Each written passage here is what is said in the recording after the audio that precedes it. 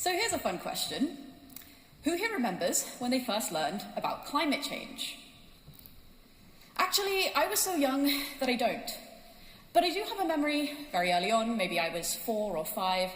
I was sitting in the back of my mum's car as it was idling in traffic. I could feel the hum of the engine.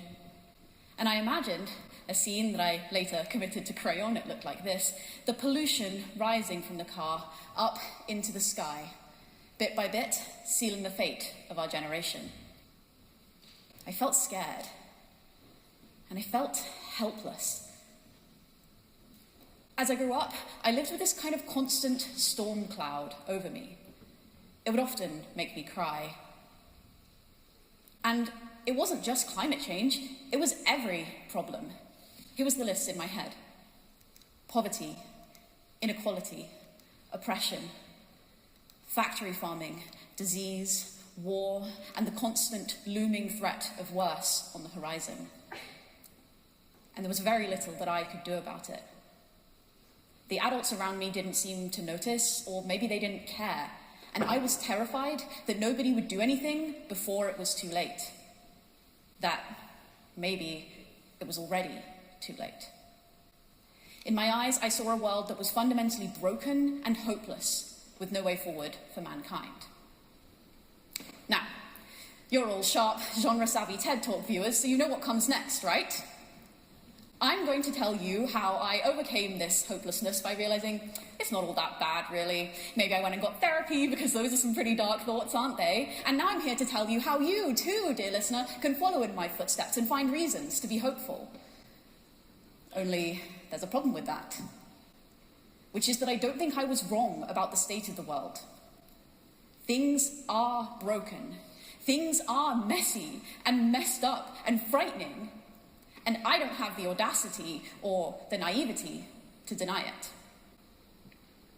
But I do want to try and convince you of something in this talk, if I can. When I was caught up in the storm cloud, the core thought that made me feel so awful was that there was nothing meaningful that I could do about it, about the problems that we face as a species. That the best that I could hope for in my life was to avoid making things worse. But I think that's wrong. And I think I can prove it. What's more, I hope to show you that if I'm right about that your life can actually go better than it would otherwise. That believing that you can do something about the problems that we face and then going out there and doing it actually usually makes you better off, not worse. And so that the correct response to looking around you and noticing what a mess we've gotten ourselves into here isn't the one that I took for most of my life. It isn't to block your nose or to give up and wallow in the mud. Instead, I think it's to pick up a shovel. All right, so big promises, let's get to it. And before I really get into the meat of the talk, I want to remind you, or let you know, that some of the material here doesn't all come from me. I learned it from research by the nonprofit called 80,000 Hours, which I actually work for now. Okay, so I told you I'm going to try and convince you of two facts that I think are both true and powerful. Are you ready? Firstly, if you try to improve things in the world, your life will go better than it would otherwise. And secondly, that you can actually meaningfully help improve the world. Okay, so let's start with my first powerful fact, that your life will go better if you try and help improve things in the world. Now, what do I mean by better in this case? I mean happier, higher life satisfaction, more of a sense of meaning and purpose and fulfillment. Now, the second I start talking about meaning, perhaps the more scientifically minded among you in this audience might be worrying that I'm going to get all fluffy and wooey about where true meaning comes from or something. But I'm not. I'm going to use empirical results of psychological and sociological studies of millions of people. Okay, so here are 3 jobs on the slide: fashion designer, revenue analyst, and TV newscast director. What do these jobs have in common? That a lot of people apply to them? That they're highly paid? No, it's that more than 75% of people in these roles say that they're not meaningful. Now, here are another 3 jobs: fire service officer, nurse or midwife, and neurosurgeon. And these jobs are rated as meaningful by almost everyone who does them. And it's obvious to see what the difference is, right? One of these groups is trying to help. There's a growing body of evidence that making helping others a core goal of your career is a key ingredient for life satisfaction. People who volunteer are less depressed and healthier. A meta-analysis of 23 randomized studies found that performing an act of kindness makes the giver happier. And a global survey found that people who donate to charity are as satisfied with their lives as those who earn twice as much. All that's to say, even if you only care about benefits to your own life, making helping others a core goal of your career is a really powerful thing to do. Now, okay, why did I say your career? Well, the simple answer is that your career is usually your single biggest investment of time and effort that you'll ever make. So how your career goes is a huge part of how your life goes. Also, you don't get a say in a lot of other very important things about your life, like where you're born or what your early education is like, but you do get to decide some things about where you spend your working hours. Now, I don't know if others will feel the same way, but just speaking for myself for a moment here. From the second that I changed my life goal from just try to live with how awful everything is, to turning around and looking at the world's problems and asking myself honestly what I could do about them, that's when the storm cloud started to lift for me. When I feel overwhelmed by how terrible things are, it's a pretty comforting thought that I'm just doing the best that I can to help. Even if my best isn't very much in the grand scheme of things, it's the best that I can do, and I think that's pretty freaking cool. Okay, so now let's move on to my second powerful factor, which, if you'll recall, is that you actually can help make a positive difference in the world. Now, I've told you that's what I'm trying to do, but you might be thinking, come on, Bella, all you've managed to do is delude yourself into thinking that you can make a positive difference. I'm a stone-cold realist who sees things as they are, and I know that all effort against the tide of chaos and suffering produces, at best, temporary reprieves from the fundamentally unceasing descent of mankind into suffering and ruin. But to that I say, have you heard of smallpox? So the main thing you need to know is that smallpox was a disease that killed 500 million people in the 20th century alone. It was highly contagious, highly lethal, and indiscriminate. But the key word is was. We eradicated it. The last case was in 1978. Smallpox was a serial killer whose victims number more than 500 million, but it will never strike again. And that was an effort led by people, by scientists and medical workers and campaigners, and even just ordinary people doing things like reporting cases to help stop the spread. But of course, the people who were most important to eradicating smallpox were highly trained medical professionals, and that might not be you. And my second powerful fact, if you'll recall, is that you can actually help improve the world. So if I'm right, there's something that anyone here can do, right now, that actually works for making others better off. What's more, it needs to not be a small or trivial benefit, but something that actually matters. And I think there is. It's pretty simple. There are extremely cheap and well-proven methods of preventing suffering and death among the world's poorest people. For example, just $2 can buy and distribute an anti-mosquito net, which prevents people from contracting malaria while they sleep. Or just $1 provides a child with a vitamin A supplement. And currently, these two issues combined kill over 700,000 children every year. Now, I don't know how much spare cash you have lying around, but it's probably more than $1. In fact, even on a fairly low to average graduate salary, and by making only some small sacrifices in your personal consumption, you can expect to save dozens of lives over the course of your career. I think that's pretty amazing. I think that's worth being excited about. A real, tangible way that you, or just about anyone, can actually make a significant difference, well, life or death, the most significant difference, to dozens of real human beings. In fact, while I was watching this talk, I learned that Chris Anderson, the head of TED, has taken a pledge to donate 10% of his income to charities doing highly effective work like these. Okay, but here's the really cool part. I think that's a baseline, a lower bound on what you might be able to do if you try. I think you can do even better than that.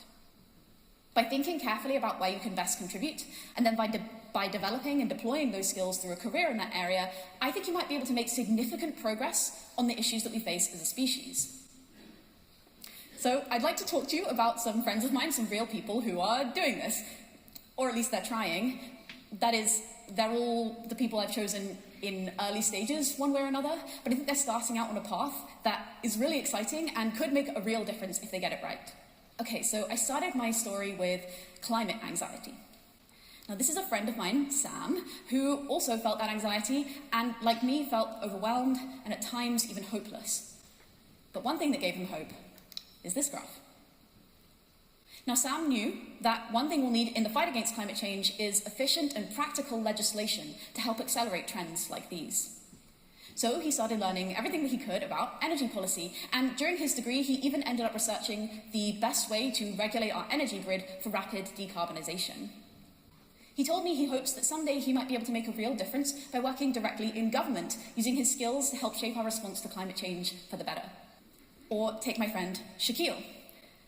Shaquille began his career in journalism, and maybe like many of you, recently he started becoming alarmed by all of the news about the meteoric rise of advanced artificial intelligence. This year, he decided to start his own communications centre focusing on AI safety. He was worried about what artificial intelligence might mean for our culture, our information landscape, or perhaps even our safety as a species. His goal is to improve journalism and discourse on the subject by connecting the media with experts and resources to help make their work both more informed and more informative for the public. Now, I think how we navigate the emergence of this technology might be a huge part of our story this century, for the better or for worse, so I'm grateful to Shaquille and others like him. Finally, I wanted to tell you about my friend and former colleague, Habiba Banu, who has just recently decided that she's going to help end tuberculosis. Now, tuberculosis, or TB, is the most deadly infectious disease in the world. It kills over 1 million people per year. And in countries where it's endemic, it's a constant threat. If you get it and you show symptoms, the best case scenario is undergoing months of lengthy and difficult treatment, and the worst case scenario is much worse. So Habiba and her friend Roxanne are teaming up to found a new charity, Spiro, in October 2023, just a few months ago. They think that if they get things right, simply by better prioritization of TB screening technology that we already have, they can save thousands of children's lives who might otherwise have died from tuberculosis. Okay, so zooming out a bit, the people that I told you about, they're kind, they're dedicated, and they've learned a lot relevant to their respective fields. Most crucially, they thought carefully about what problems in the world really matter, what skills they have or could develop, and where those skills could be best deployed. So in this case, policy, communications, and non-profit entrepreneurship. But I also want to say that these people, they're not special. Habiba also likes to sing show tunes and play board games. Shaquille is addicted to watching 90 Day Fiancé. And Sam, well, Sam didn't respond to my email. Anyway, the point is that they're not special, but they've decided that they're not helpless. I once thought that I couldn't do anything about the problems that we face as a species, and there are people out there every day, quietly, proving me wrong. Okay, so I told you about 2 ways that I think you can actually make a positive difference in the world. And that's by, first, donating to highly effective charities like those malaria nets or vitamin A supplements, and secondly, through developing and deploying skills yourself to help solve problems directly. But I think that if 18-year-old me were listening to this talk, so far, she wouldn't be convinced. She'd be thinking something like this. Well, okay, sure, these people have made some progress, but they haven't really solved anything, right?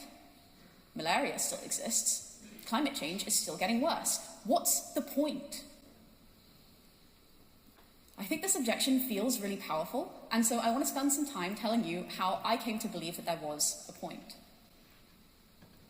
So the first thing to say is that when it comes to really big problems like poverty, inequality, or broad risks to humankind, there are no silver bullets. We might actually never solve the whole problem. And someone who tells you they have a simple plan to do that, in my opinion, is probably missing something. So that means that all solutions are really improvements. But I think improvements matter. When I was 18 and 19 and 20, I had the sense that because I couldn't solve everything, I shouldn't try to solve anything. But I think there are victims of that mindset. My friend Habiba and Sam and Shaquille, there are children who will get to live because of their efforts. There are communities that won't be displaced by rising sea levels. There are things that will go better in the world because they don't think like I did. Ultimately, I realized that the reason that I felt so bad, the reason that my chest was filled with panic and fear whenever I got to thinking about the problems in the world, is that I cared about those problems. I cared about the people they were hurting, and I cared about everyone who has ever suffered and died in this broken world. Now, if that's the motivation behind the storm cloud, then there's only one umbrella that'll shield me from the downpour, right? I have to try. I have to try. So, once I realized that, I was on the lookout. What's the thing that I can do? Where can I contribute that make the biggest improvements to the issues that we face as a species? And which issue should I focus on? Where can I help? What can I do? Because, as you'll recall, the people that I told you about all started out by asking themselves where best their skills could be used to make the biggest improvement on the issues that we face. I think thinking like this is the most honest response to realizing that no matter how I might feel when I think about the problems in the world, I am not helpless. So, okay, I was thinking about what I could do. Now, one of the resources that I came across in this search is the nonprofit that I actually now work for, called 80,000 Hours. 80,000 hours is named after the number of hours in an average career. If you work 40 hours a week, 50 weeks a year for 40 years, that's 80,000 hours. And their aim is to help people find a career that effectively tackles the most pressing problems facing humanity. Now, I think that they're one of the very best places in the world to go if you, like me, felt powerless and lost when you think about all the problems that we face, which is part of why I think my work is worthwhile, and I'm really grateful to be doing it. I look around me at the people I know who feel most unhappy, who are most lost and confused and scared. And one thing they often share is that they know how bad things are, but they feel powerless to do anything about it. They're living with the storm cloud still. And so in some ways this talk is meant for them, or maybe for you. If you've stopped feeling like you were helpless, if you've started trying to use what you've got to make the biggest positive difference that you can, what could you achieve? Of course, thinking this way, it's not a cure-all. Sometimes the skies still seem dark, with no sign of shelter. But I think the very best antidote we have, in fact, the only antidote that works, is not to turn away from the world's problems and pretend they don't exist. Nor is it to live with them as an ever-present fear just outside my vision, a growing thunderstorm that's threatening everything. Instead, it's to turn and stare them right in the face and ask, okay, what can I do?